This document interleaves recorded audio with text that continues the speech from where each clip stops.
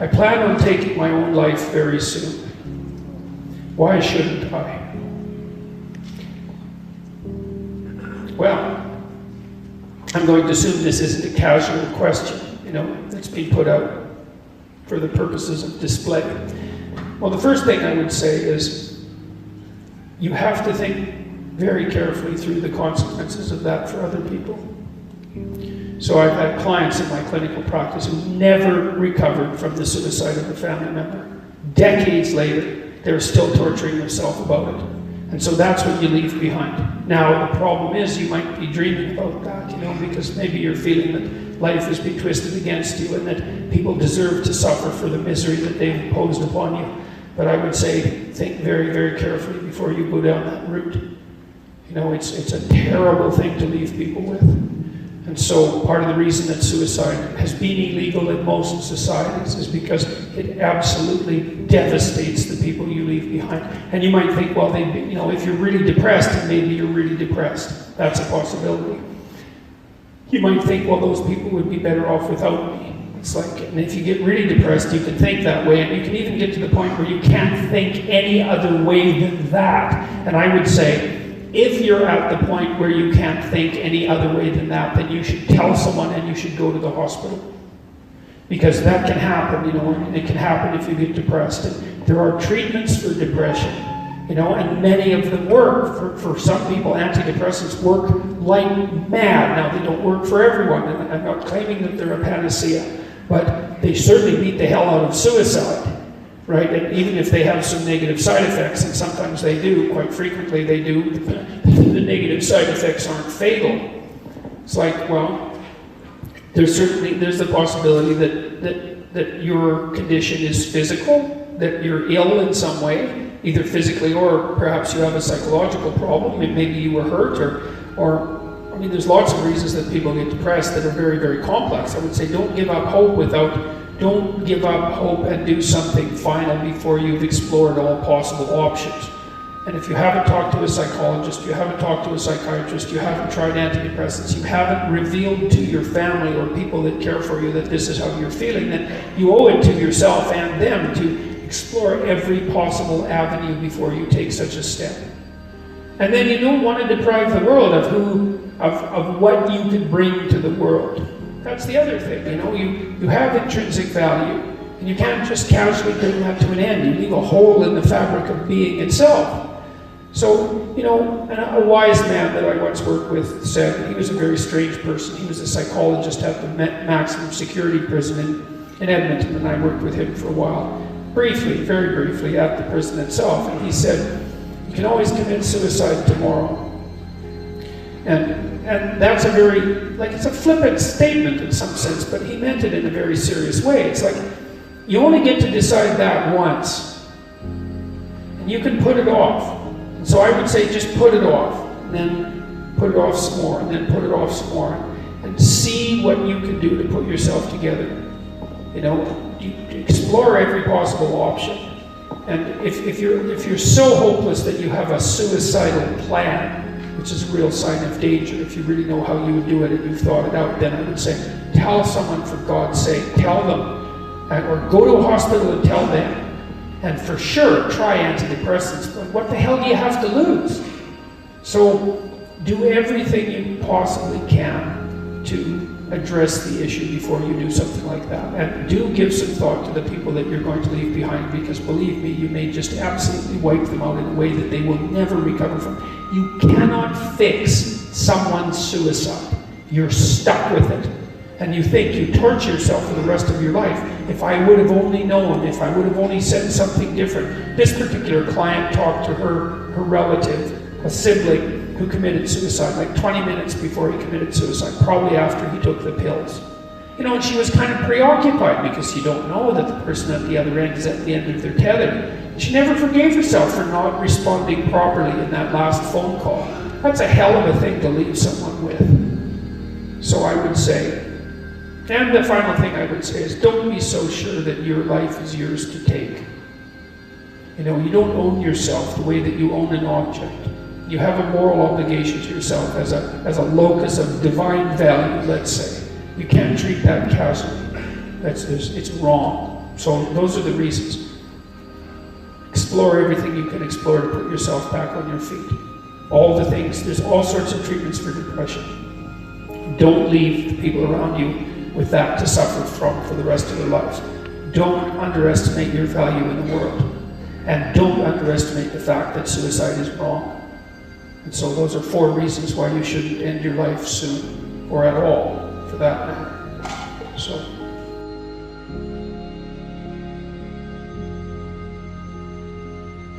Our daughter ended her life at 24 due to depression. If someone is determined to end their life, how can one change their mind? Oh, well, first of all, I'm very sorry about that. That's a terrible thing.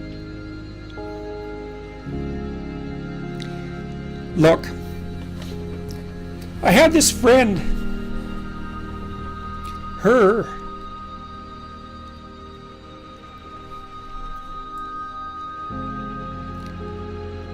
sorry. There's been a lot of depression in our family, so it's a question that cuts close to the bone. Anyways, I had this friend, a friend of my parents, and her granddaughter committed suicide, She was just beating herself up about that.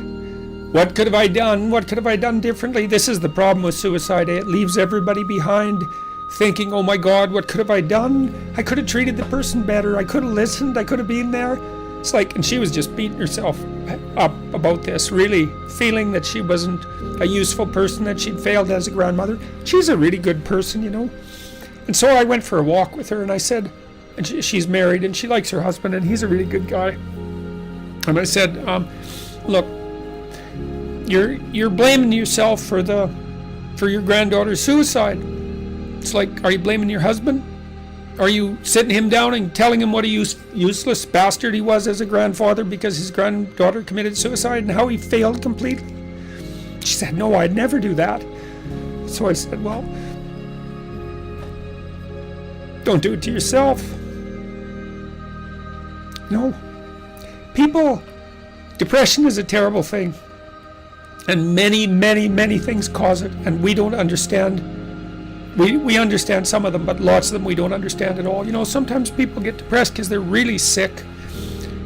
We know that depression can be an inflammatory disease. It might be associated with autoimmune dysfunction. There's lots of reasons that people get depressed, and depressed people can go places that are so dark you just cannot imagine it. And it isn't necessarily the case that you can always rescue someone, But drowning yourself in the aftermath of a suicide is not helpful. So there's a good room for self-forgiveness there, maybe you did some things you shouldn't have done that were reprehensible and all of that, but you don't want to beat yourself up. Remember the presumption of innocence, right? Innocent until proven guilty. And you have to apply that to yourself. I think there are times when people are so depressed that there isn't anything that anyone can do. And the depressed person thinks, and this is probably the worst part of it,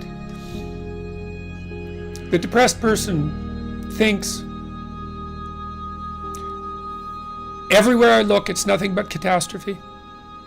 And I can't see any way out of it. I can't see any path forward whatsoever.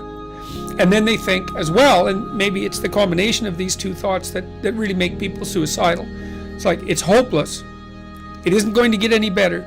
No matter where I turn, there's no escape. The suffering is unbearable. And I'm absolutely no use whatsoever to anyone. It would be better for everyone if I was just gone, because if I'm not so much of a burden now that it's going to destroy their life, then I'm going to be that much of a burden in the future. And so it's hard to imagine what that's like for people, but it's dreadful. And there's lots of ways you get there.